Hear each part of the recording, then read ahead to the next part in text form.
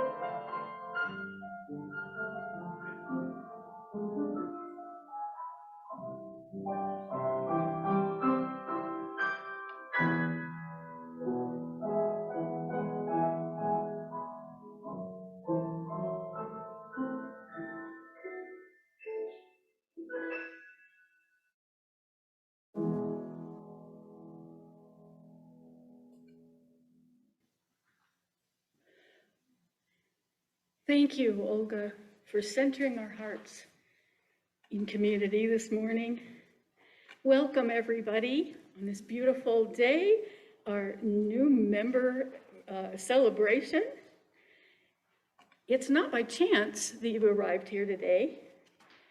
You're looking for something larger than yourself. You've been desiring a place for belonging and caring. Through your struggles, someone nurtured you into being and instilled a belief in a shared purpose. And so we come together this morning for our shared purpose, a heart home we hope that all of you find here this morning, a heart home to nourish your soul and share your gifts. Welcome home. Welcome to worship.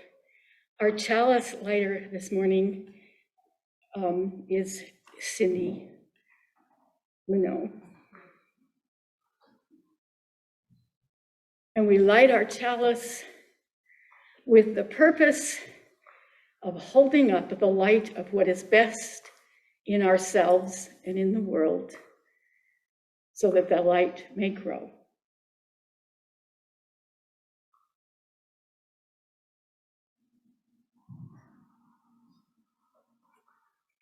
Anne and Cindy have the call to worship this morning.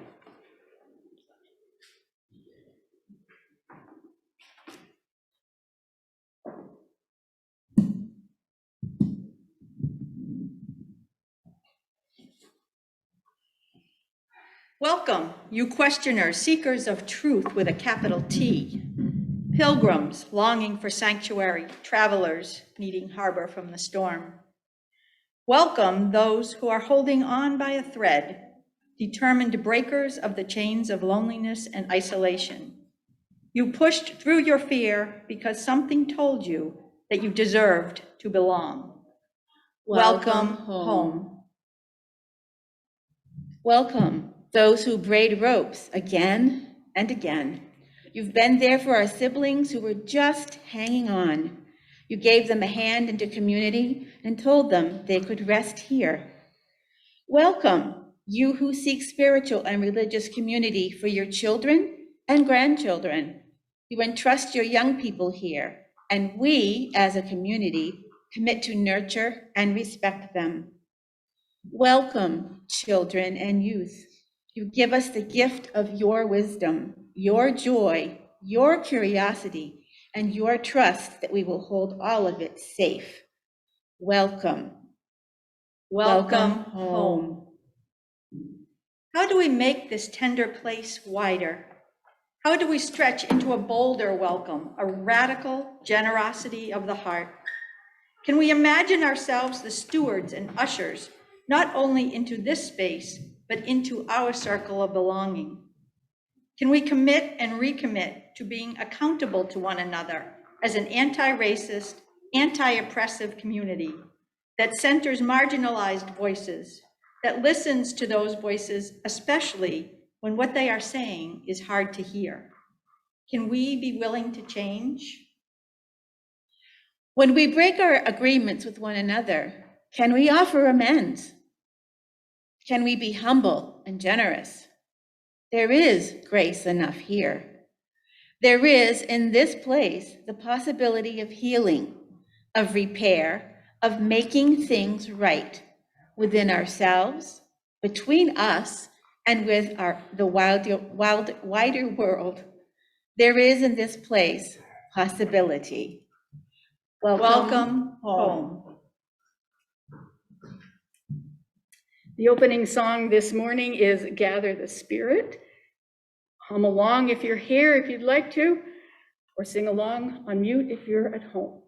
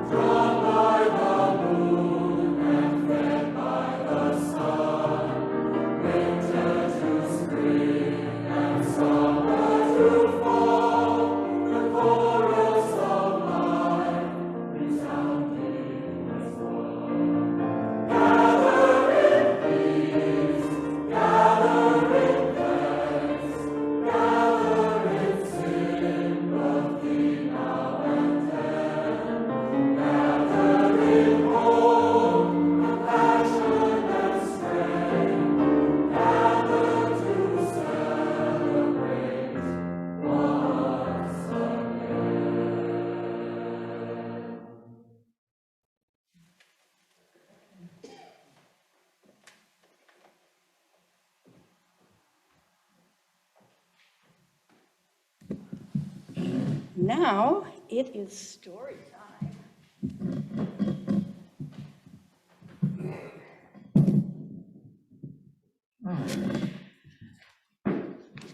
Our story today, and feel free to come up if you'd like to, or stay right there with your folks. Or you can come up here and sit in the front row if you want to hear better. All right, so our tale this morning is a story actually for all ages, which is what we try to do because all of us love stories. This one is a wisdom tale called Cooking Together Trinidad Style. Stories of making something from nothing appear in folk traditions around the world, and this one is from Trinidad. Callaloo is a thick green soup. It's eaten in places like Jamaica and Trinidad, where people say that learning to make callaloo soup is a little bit like learning to live. The soup goes way back in time, to the days when the ports of Trinidad were full of tall sailing ships. The local Carib and Arawak people weren't sure what to make of them. Some had sailed from Britain and others from France and Spain. The new arrivals included people from China and India and Ghana and Mali. They came from Syria, Portugal, and Venezuela too. For each of the groups arrived on the shores of Trinidad with their own language and songs, their own clothing and food, different from each other and from the people who had lived on the island forever. People are people. We're most comfortable with what we know. And so, although Trinidad is not a very big place, people stuck closest to those they were most like. The Arawaks and Caribs retreated to the forests. The Chinese avoided the French, who avoided the Indians, who mixed as little as possible with the Venezuelans, and so on. Trinidad was a divided nation. Things might have stayed that way, but one rainy season, the hurricane trail took a turn toward Trinidad. The storm raged like a beast rampaging on the island, tossing and turning everything up. When the beast finally moved on, all of Trinidad was a terrible mess. Crops were drowned, houses flattened, trees uprooted, and boats smashed to smithereens. The people who survived were scared and hungry. You know how it can be when there are shortages. The ugly in us can come out. Give me that toilet paper. Sure enough, people grew greedy. It was hard for them to find food, and when they did, they hoarded it for themselves, afraid they would run out.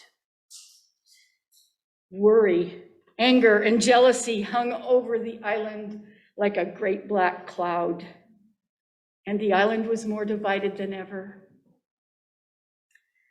It might well have stayed that way, but an elderly woman happened to notice something gleaming beneath the ruins of a house. What was that? She was curious. She began to pull away the boards and the rubble. They were heavy and it was hard work. Finally, there it was, a big cooking pot, gleaming. She thought as she looked at it, and she began to hatch a plan. And a big smile came over her face. She lit a fire and filled her pot with water, added some salt, and began to stir and chant. It may be a little bland, but the soup I'm cooking is for every child, woman, and man. Her chanting was heard far and wide. People grew curious. It may be a little bland, but the soup I'm cooking is for every child, woman, and man. Whoa, people started thinking about that, and wow, nobody wants a soup that's bland and tasteless. So those who heard her chant hurried home to search for something they could add to maybe spice this soup up just a little. A Carib family arrived in the square with sweet cocoa plums and starchy cocoa yams. The woman smiled as they peeled and then plunked them into the pot. An Arawak family followed suit with fine bud peppers and slices of sweet squash. A family from Mali brought bunches of green okra pods that had survived the storm. A British family delivered salt pork. An Indian family had found coconuts knocked to the ground, and so they cracked them open and poured the sweet coconut milk into the pot. Syrians added cumin, while the Spaniards and French came with garlic, onions, and thyme. A Chinese family contributed the big green leaves of dasheen. They tore the leaves into strips that gave the soup its beautiful green color. Soon the aroma from the pot caused people to hum and smile. The smart woman stirred. Her soup was almost finished. She paused for a few moments, curious about the clamor of children she could hear down on the beach. A short time later, a big, giggling, mixed group arrived. They were all colors and shapes and sizes. They'd been too busy helping one another capture crabs for the soup to pay attention to culture differences. They had buckets full of rich-tasting blue crabs to add to the pot. The smart woman stirred. At last, she announced, the first ever callaloo. The old woman labeled out scoop after scoop of the mysterious mixed flavor soup into people's bowls and calabashes and cups. It was delicious and hearty. Once their bellies were full, they began to talk and tell stories and sing. After a while, some of them looked up. They saw that the big black cloud that had been hanging over Trinidad had parted. The skies had opened up and the sun was shining again. The cultural divisions on the island of Trinidad were breaking down.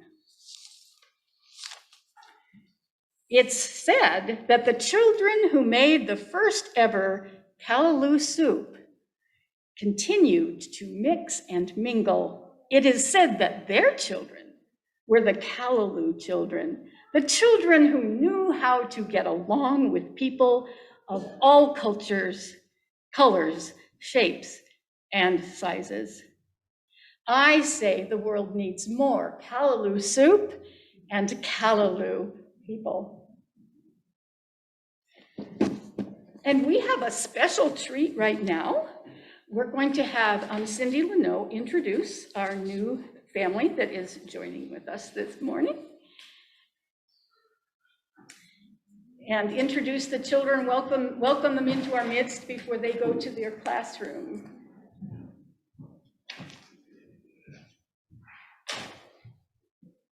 So Matt and Jen,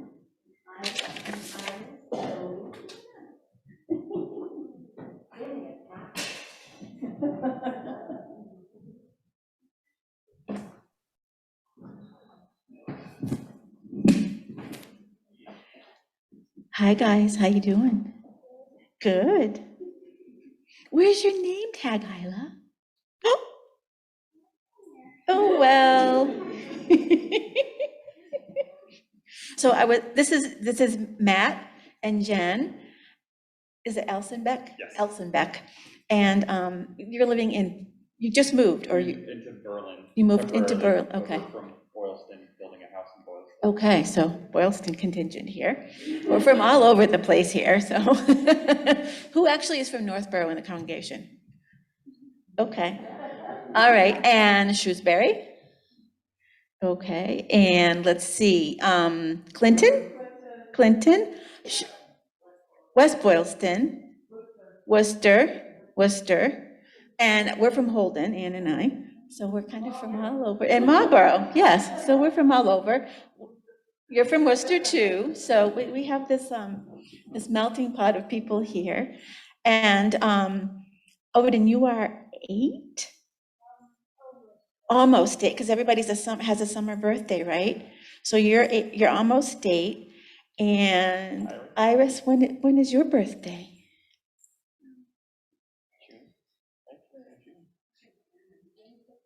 June 16th, okay. And when's your birthday, Isla? August 12th, okay. Summer babies, okay. So Matt and Jen have been online with us for almost 2 years, right? Oh, maybe a year and a half? No? I'd say 6 to 12 months. Oh, okay, I just thought it was longer, but anyways, but Matt, you came first in person, which was super. So it's been great to have you here. It's gonna be wonderful to have you together as a family here, and I look forward to having you get to know everyone. So before you leave, everybody has a job, and that is to introduce yourself to Matt and Jen and the kids, okay? Don't feel overwhelmed. And we don't expect you to know everybody's names. We'll have to remember to start wearing our name tags now, if you can find them, because we don't know where Ann's is right now, so, but I could find mine. All right, so I'm Cindy. I'm the sort of the chair of membership, and I'm the committee of 1 right now. But part of my job is to also to welcome people into membership here at the church. And would you like me to start this? We're gonna do that later? Okay, and then there's the option to go over to Parish Hall right now for the kids. So they have to decide. Odin's a little like, I don't know where I want to be.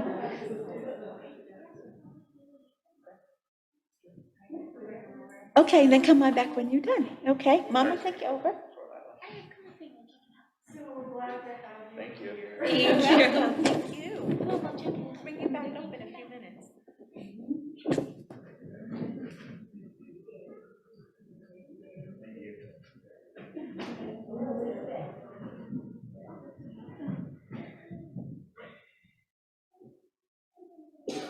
All right. And it is time now to pause our recording, but the way we do that changes. Traditions change as people come and go for their scores of reasons. We change because each one of us brings amazing gifts. Many come to a congregation and discover talents they never knew they had. How we do things has changed, but why we do them has not, because our work is to build a beloved community. We are a covenantal congregation. That means what holds us together is our promises and keeping faith with each other. We govern ourselves through voting. After this service, there'll be an annual meeting. Every person who's a member has a vote. This is different than some churches that you might have gone to. The Puritans who brought us Congregationalism in the beginning that we split off from brought us this self-governance policy.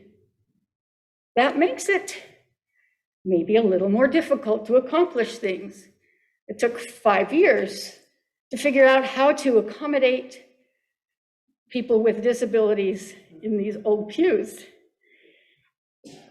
However, it makes for a much stronger and freer society.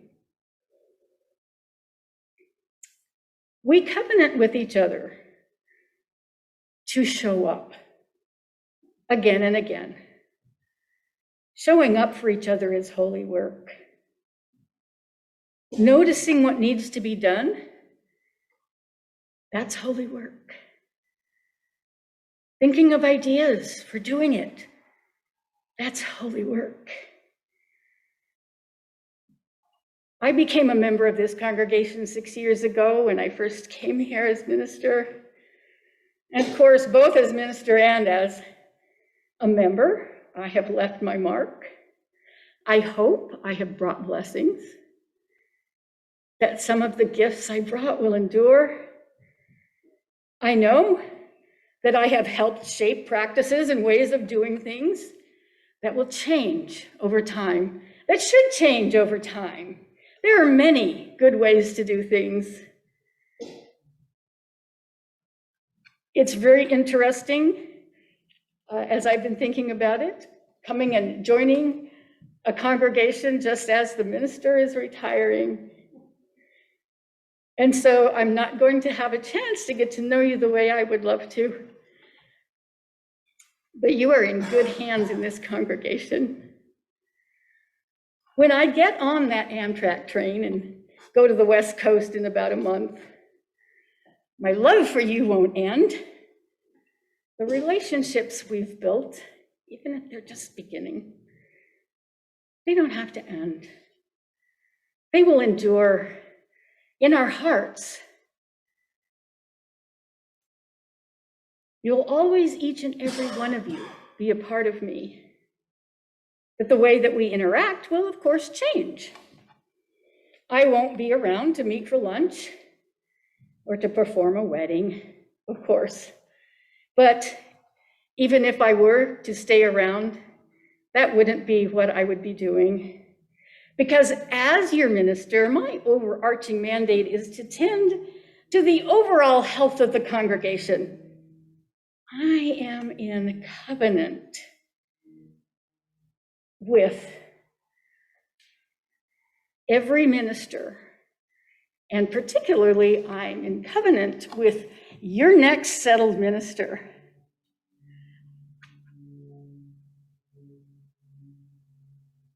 I am tending to the transition of leaving by being as open and authentic as I can. You are helping me transition by your grace and willingness to engage fully the hard work of saying goodbye and preparing to search for a new minister. And here's the thing. My covenant with your new settled minister, whoever that turns out to be, is my covenant.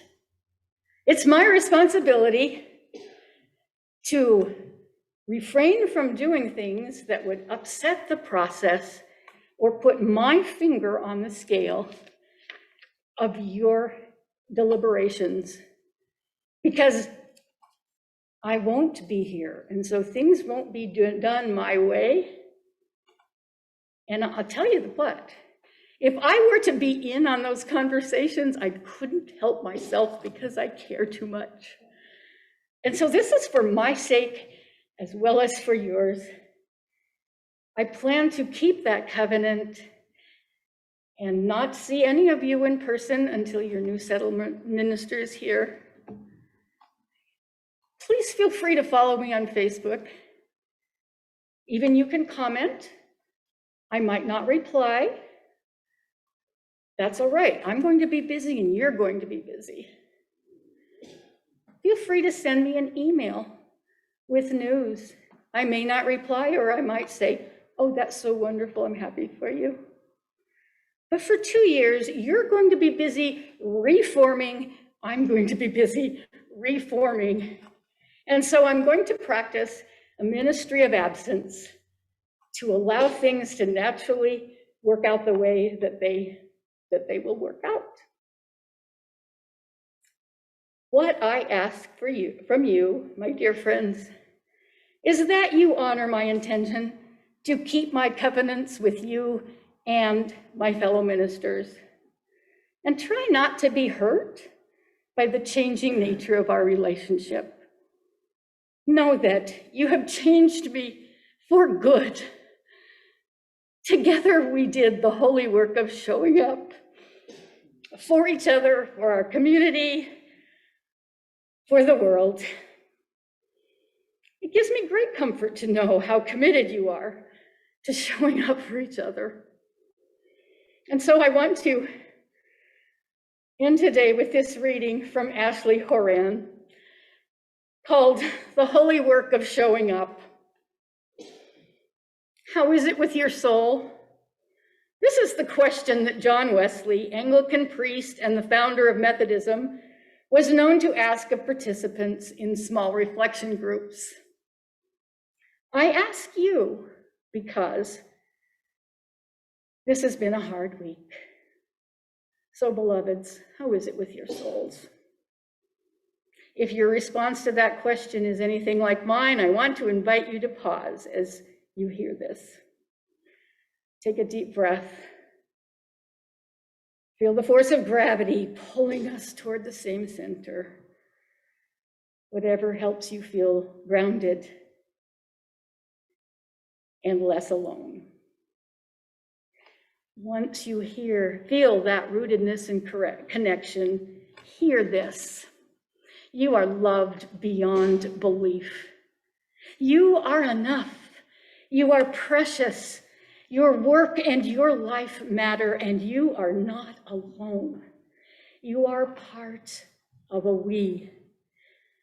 A great cloud of witnesses, living and dead, who have insisted that this beautiful, broken world of ours is a blessing, worthy of both deep gratitude and fierce protection.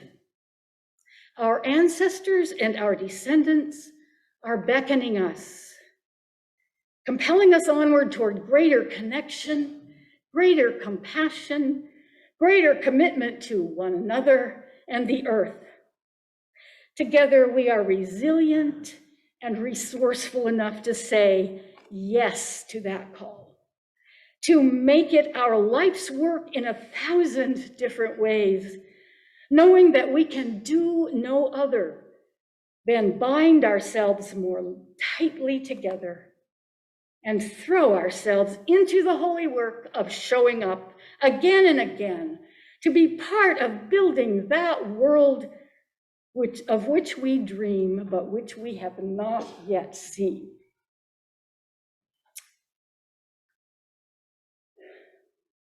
And I want to lift up one response from the congregational survey that went out just before the interim search began, or as it began.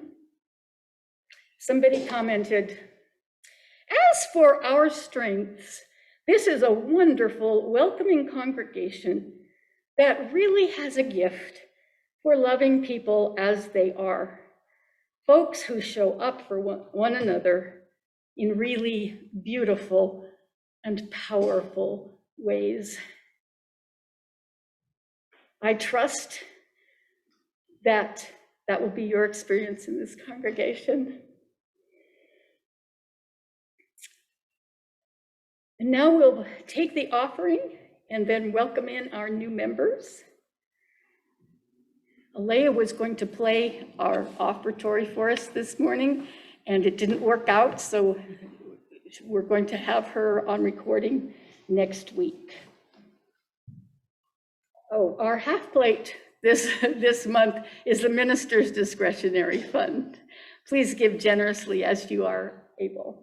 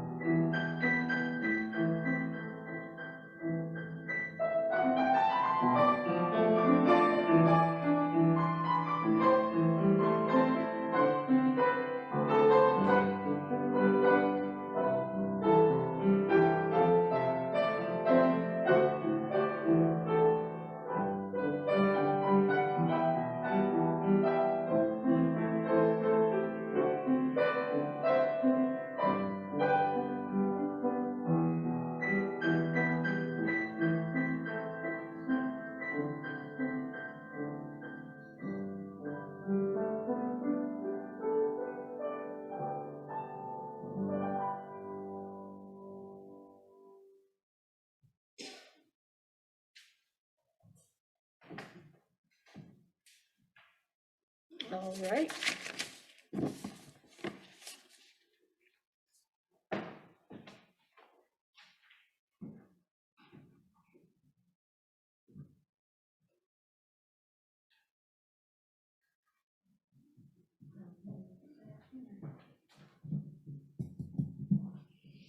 Here I am, back again. So it says here, introduce self.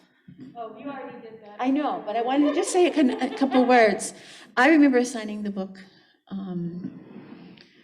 Let's see, this is 22, so we signed it in 2?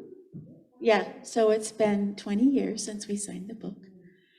And I remember that day, and I was in tears because everyone stood up and welcomed us and looked at us. And I felt very, very welcome. So I hope that day is the same for you guys. Here in this church, human beings have gathered for centuries, seeking a higher purpose and deeper life than they could find alone. We are grateful today for each one of you, that you have found your way here and that you have decided to make a commitment to this faith community. We all have done that. We hope that as members of this church, you will allow yourselves, and you do allow yourselves, to know and to be known to the minister and to be ministered unto, and to love and be loved by this congregation. We never really know what a combination of fate and friendship and good luck it is that brings certain people together in this world for any purpose. But we believe that membership in the church calls each one of us here to celebrate the fate that has drawn us together and to regard each one as spiritual friend and a potential teacher, even of occasional hard lessons.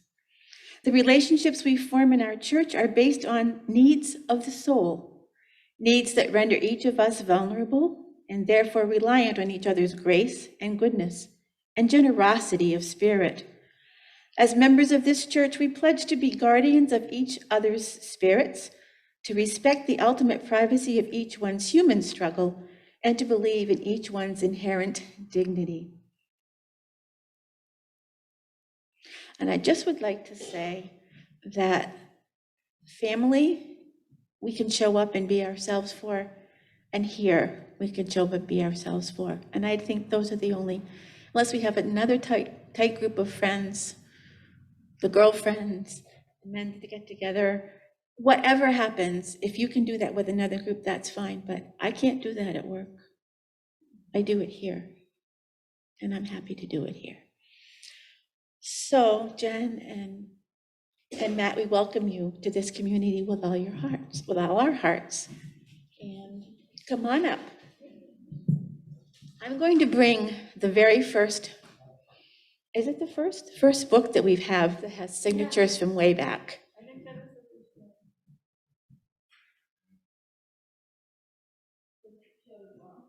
This is the book.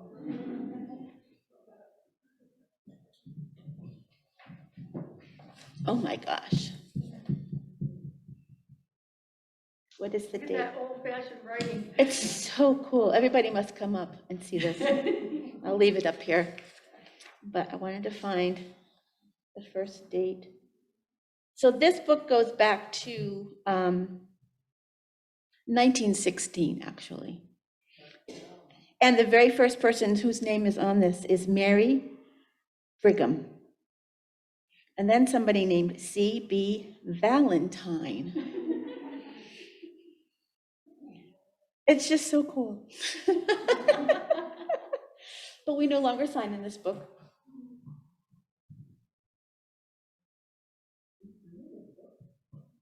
My signature's here, and most everybody who is here today and on Zoom probably has signed this book.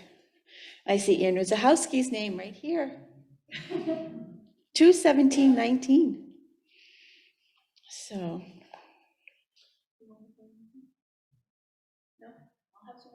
Okay, so it's been almost 3 years. Wow. It's the COVID. Yeah. COVID right in there.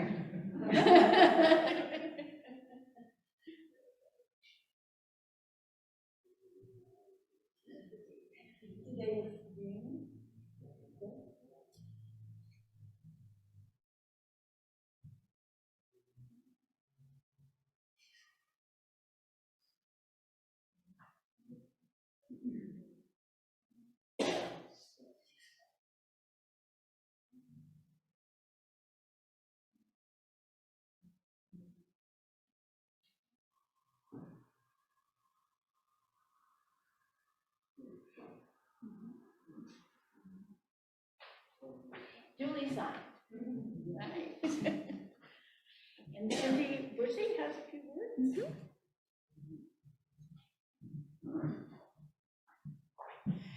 Congratulations.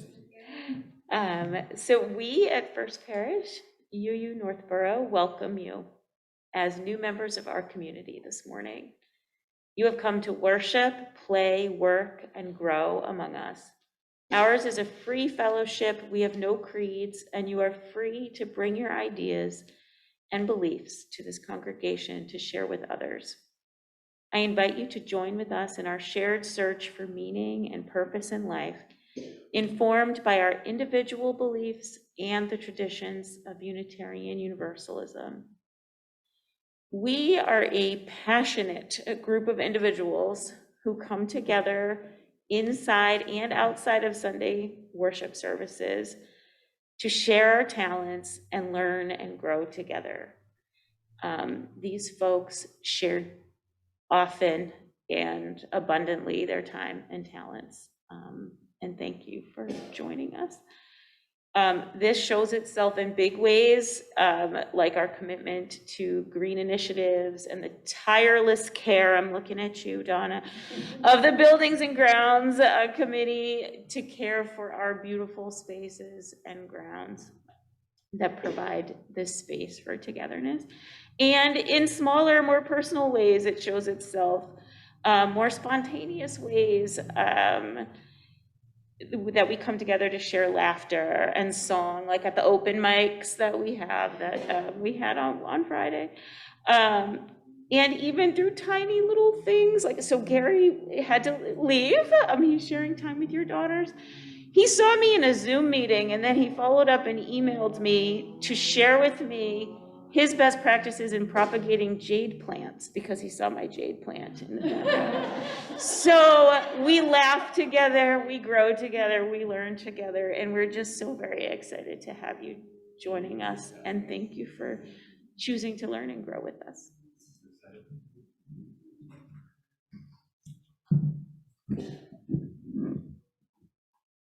And today you join us in membership. And this congregation remembers signing the book. This is a moment of excitement and possibility. And although I don't wish to pull you out of this moment, I need to talk to you for a bit about a moment in your future. There will come a time when we are not a community of excitement and possibility that is your true home. There will come a moment when you do not fit, when we disappoint you. Memorize the feelings you have in this moment, because you will need them months from now or years from now. You'll need them in a broken-hearted moment to come, when you realize that we together are not all you thought we would be. You will not fit. If every one of us fit, we would not be called to grow. This religion is not a thing you join, it's a thing you are called to co-create. And we are each perfectly imperfect. And we all hurt others, often without realizing the hurt we've caused. So prepare now for when we break one another's hearts. Know what will carry you through that, and know who will carry you through that. Be ready. Hold on to this moment and this memory for that time in the future when you're ready to turn away. Your moment of remembership will be one of the most precious parts of your journey as a Unitarian Universalist. Today, plant the seeds in your heart that will prepare you for it. Joining First Parish Northborough means that you're now part of this gathered community, speaking out on the future of the congregation, offering and receiving the gifts of the Spirit, supporting others and being supported in return. You're encouraged to reach out, ask questions, share your hopes and dreams in your struggles and heartaches. Our mission at First Parish is to be a welcoming and beloved community that inspires spiritual growth and social action. We're a spiritual home for individuals and families, for people of faith and seekers of meaning. Together, we affirm the worth of all people and the interdependent web of all existence. We seek to inspire spiritual growth and social action. We are a welcoming, open community, and our members and friends are active in social and environmental justice. That is the voted on mission and vision of First Parish. If you will join us in this mission and work, say, I will. Will the members of the congregation please rise in body or spirit? As these new members join us, we once again renew our own commitment to this religious community, its mission, and its work. We receive these new members with open hands and hearts. We will change you and be changed by you as we continue our long tradition of walking toward each other in love. Will you, the members of the congregation, commit to walk with these new members? If so, say, we will. We will. We are proud and happy to have you among us. Welcome, welcome, welcome.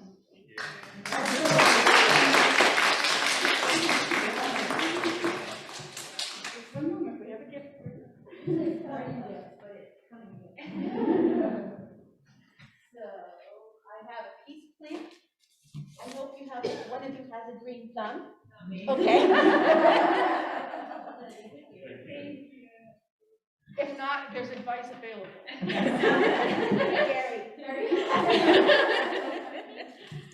And since you are very new to UU, this is a UU World publication. It's for, I say, beginners, which is great. And as members, you will receive this on a quarterly basis. And I have a Unitarian Universalist pocket guide. It's kind of big, but it works.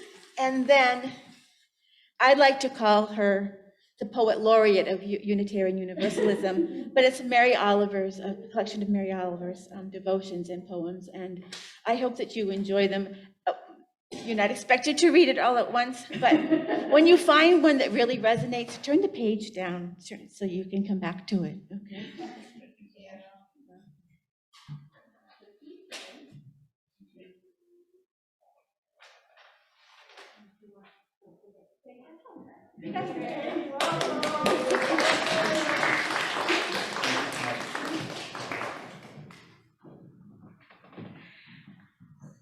And before we close, we have another special gift for you.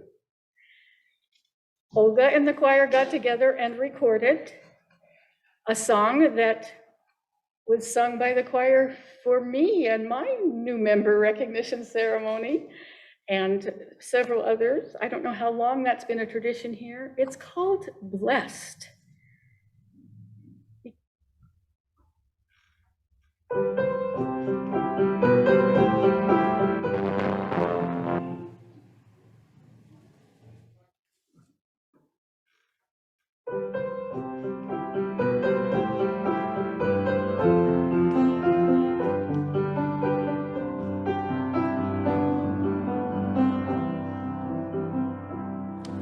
You have given me the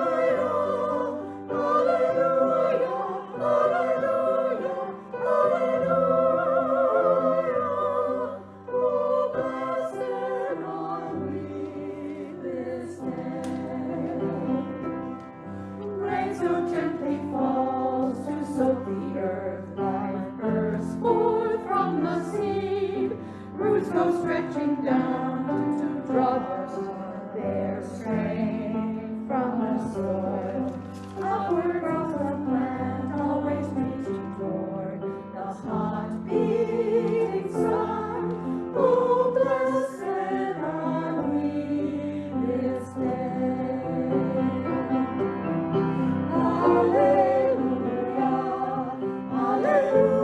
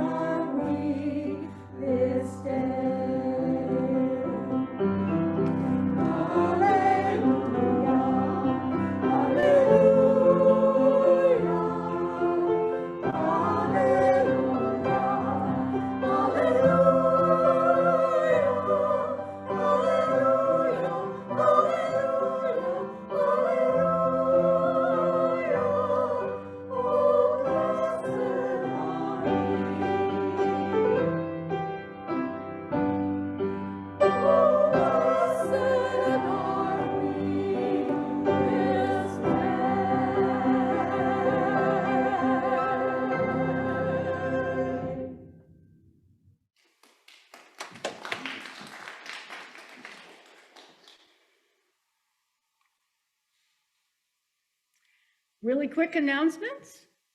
Annual meeting at noon. If you forgot your lunch, run down to CVS and get a snack, or you really need to eat and go home. Annual meeting will be on Zoom as well. Next Sunday will not be in this building. We will be going to Westboro. It will be our Religious Education Sunday, led by Cynthia Menard. It will also be on Zoom. And June 19th, the final day in the pulpit. It's not when I'm leaving. I'll be here through the end of the month. And, feel free to call me, get coffee with you, whatever. But next Sunday, the 19th will be my final Sunday in the pulpit. And so there's a sack lunch party afterwards. And so I leave you now with this benediction. Each of us ministers to a weary world, by Darcy Roque. There is too much hardship in this world not to find joy every day. There is too much injustice in this world not to right the balance every day. There's too much pain in this world not to heal every day. Each of us ministers to a weary world. Let us go forth now and do that which calls us to make this world more loving, more compassionate, and more filled with the grace of divine presence every day. Go in peace.